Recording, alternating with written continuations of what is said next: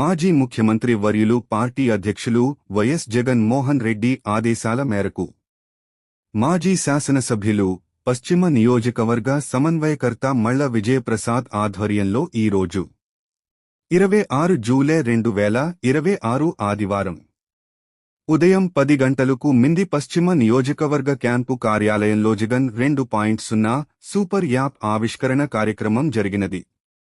ఈ కార్యక్రమంలో మాజీ కార్పొరేటర్లు, వార్డ్ అధ్యక్షులు, పార్టీ పరిశీలికలు, రాష్ట్ర, జిల్లా స్థాయి నాయకులు మరియు బూత్ క్లస్టర్ ఇన్ఛార్జీలు, BLAలతో SIRలో భాగంగా ముసాయిదా ఓటర్ లిస్టుపై సమావేశం ఏర్పాటు చేయడం జరిగినది. అనంతరం కార్యక్రమానికి వచ్చిన వారందరకు మధ్యాహ్నం భోజనాలు ఏర్పాటు చేయడం జరిగినది.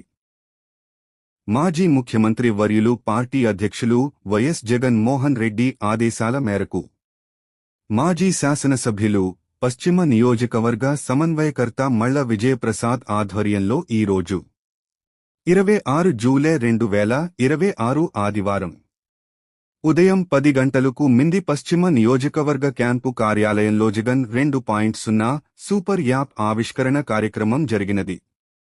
ఈ కార్యక్రమంలో మాజీ కార్పొరేటర్లు, వార్డ్ అధ్యక్షులు, పార్టీ పరిశీలికలు, రాష్ట్ర, జిల్లా స్థాయి నాయకులు మరియు బూత్ క్లస్టర్ ఇన్ఛార్జీలు, BLAలతో SIRలో భాగంగా ముసాయిదా ఓటర్ లిస్టుపై సమావేశం ఏర్పాటు చేయడం జరిగినది. అనంతరం కార్యక్రమానికి వచ్చిన వారందరకు మధ్యాహ్నం భోజనాలు ఏర్పాటు చేయడం జరిగినది. మాజీ ముఖ్యమంత్రి వర్యులు పార్టీ అధ్యక్షులు వైఎస్ జగన్ మోహన్ రెడ్డి ఆదేశాల మేరకు మాజీ శాసనసభ్యులు పశ్చిమ నియోజకవర్గ సమన్వయకర్త మళ్ల విజయప్రసాద్ ఆధ్వర్యంలో ఈరోజు 26 జూలై 2026 ఆదివారం ఉదయం 10 గంటలకు మింది పశ్చిమ నియోజకవర్గ క్యాంపు కార్యాలయంలో జగన్ 2.0 సూపర్ యాప్ ఆవిష్కరణ కార్యక్రమం జరిగినది. ఈ కార్యక్రమంలో మాజీ కార్పొరేటర్లు, వార్డ్ అధ్యక్షులు, పార్టీ పరిశీలికలు, రాష్ట్ర, జిల్లా స్థాయి నాయకులు మరియు బూత్ క్లస్టర్ ఇన్ఛార్జీలు, BLAలతో SIRలో భాగంగా ముసాయిదా ఓటర్ లిస్టుపై సమావేశం ఏర్పాటు చేయడం జరిగినది. అనంతరం కార్యక్రమానికి వచ్చిన వారందరకు మధ్యాహ్నం భోజనాలు ఏర్పాటు చేయడం జరిగినది.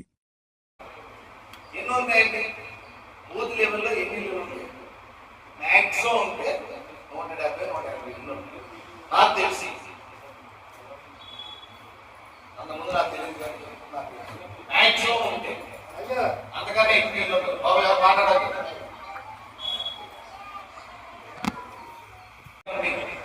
200 ఇళ్ళు మనం తిరగడానికి మనకి ఎంతకైనా కావాలి. వేరే ఊళ్ళో వేరే ప్రాంతం కాదు కదా, మీ ఊళ్ళో మీ ప్రాంతం మీ వీధిలో 200 ఇళ్ళు తిరగడానికి మీకు కావాల్సిన టైం ఎంత? మ్యాక్సిమం 10 రోజులు, అంతే కదా.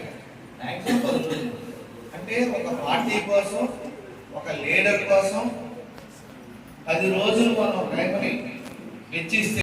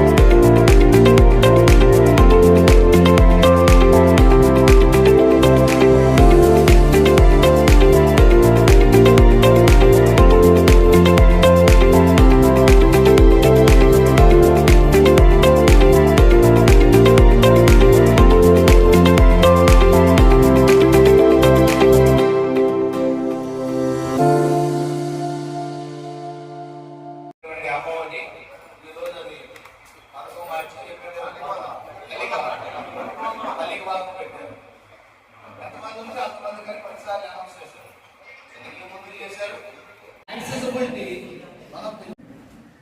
వాళ్ళు ఓటుకి మార్చుకోవడానికి మనం సిద్ధంగా లేము. అది ఇక్కడ ప్రాబ్లం.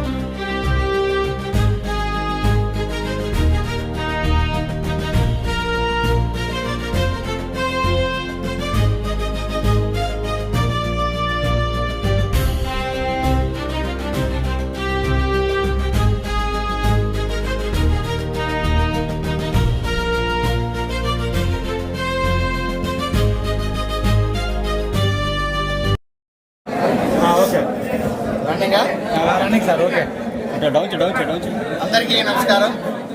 విశాఖపట్నం పశ్చిమ నియోజకవర్గంలో ఈరోజు కార్యకర్తల ఆత్మీయ సమావేశం ఏర్పాటు చేయడం, నియోజకవర్గంలో ఉన్నటువంటి సమస్యల మీద అందరి తాలూకా సమాచారాన్ని తీసుకోవడం జరిగింది.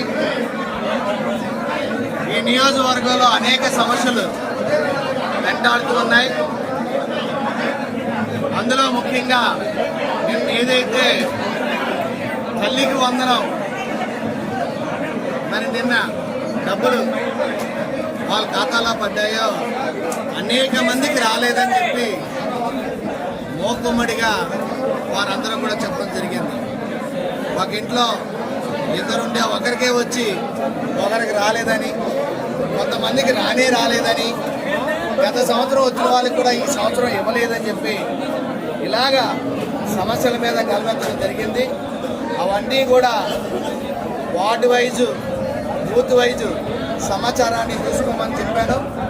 అవి తీసుకుంటే సంబంధిత అధికారులకి మరి వినతి పత్రం సమర్పించడం జరుగుతుంది. వాళ్ళందరికీ వచ్చే విధంగా ఈ ప్రభుత్వం మీద ఒత్తిడి తీసుకొస్తామని చెప్పి వారికి చెప్పడం జరిగింది.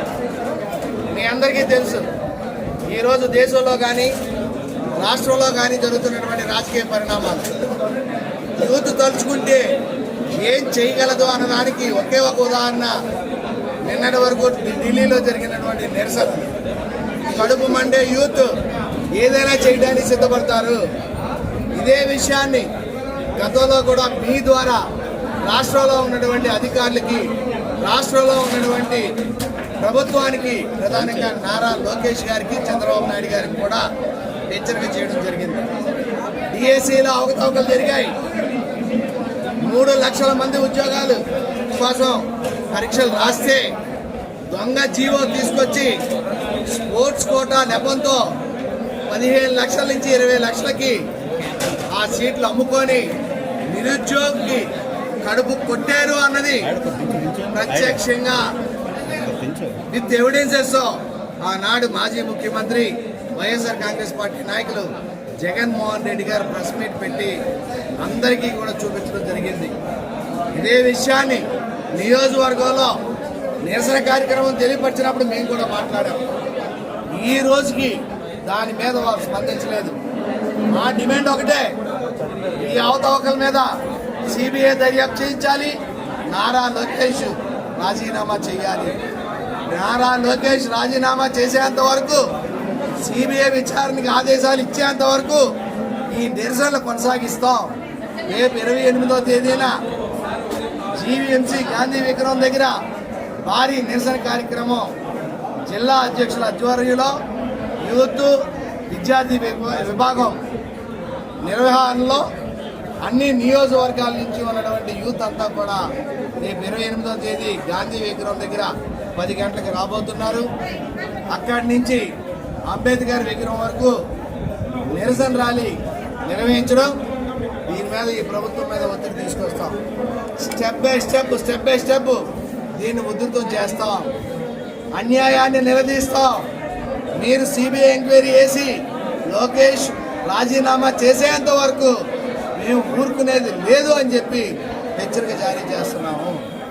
మీలో నిబద్ధత ఉంటే, నిజాయితీ ఉంటే సిబిఐ ఎంక్వైరీకి మీరు ఎందుకు వెనకడుగు చేస్తున్నారు? మీరు నిబద్ధతతో చేసామంటున్నారు కదా, మీరు నిబద్ధతతో చేస్తే క్లీన్గా హ్యాండ్స్ వాష్ చేసుకోవచ్చు కదా. సిబిఐ ఎంక్వైరీకి ఎందుకు ఒప్పుకోవట్లేదు? దాన్ని బట్టి మాకు అర్థమవుతుంది కదా, రాష్ట్ర ప్రజలకు అర్థమవుతుంది కదా. 3 లక్షల మంది ఎవరైతే ఎంట్రన్స్ ఎగ్జామ్స్ రాశారో వాళ్ళందరికీ అర్థమవుతుంది కదా. అక్కడ అవకతవకలు జరగకపోతే వాళ్ళందరూ జగన్మోహన్ రెడ్డి గారిని ఎందుకు కలిశారు, జరిగిన తప్పులు ఆయనకి ఎలా ఎక్స్ప్లెయిన్ చేసి చెప్పారు. ఇంతకన్నా ఇంకా ఏం కావాలి మీకు ఎవిడెన్సెస్? అంటే అహంకారంతో మీరు ప్రభుత్వాన్ని నడుపుతున్నారు. మమ్మల్ని ఎవరు ఏమీ చేయలేరు అన్న ఆలోచనతో మీరు ప్రభుత్వాన్ని నడుపుతున్నారు. ప్రజలను మోసం చేస్తున్నారు, విద్యార్థులను మోసం చేస్తున్నారు. వాళ్ళు ఇప్పుడు కడుపు మంటతో ఉన్నారు. నిరుద్యోగ వృత్తి ఇస్తానని 72 మాసాలు అయ్యింది, వాళ్ళకి నిరుద్యోగ వృత్తి ఇవ్వలేదు. 3,000 రూపాయలు చొప్పున ఇస్తానన్నారు. ఇన్ని నెలలు కలిపి 3,000 రూపాయలు చొప్పున ఎంత నష్టం వాళ్ళకైంది. మీరు నిరుద్యోగ వృత్తి ఇస్తానని వాళ్ళు ఓట్లు వేశారు. ఇవన్నీ కూడా మీ నిర్లక్ష్య ధోరణికి ఒక ఉదాహరణ. వాళ్ళు కడుపు మంటతో ఉన్నారు. ఉవ్వెత్తున లెగిశారు అంటే కనుక మీరు ఎక్కడా కనపడరు. ఆ స్థాయికి దిగజారకుండా ముందే చర్యలు తీసుకోండి. నిరుద్యోగ వృత్తి ఇవ్వండి, జీవోలు క్యాన్సిల్ చేయండి, సిబిఐ ఎంక్వైరీ పెట్టండి, నారా లోకేష్ గారిని రాజీనామా చేసే విధంగా ముందుకు తీసుకెళ్ళండి. నాయకత్వం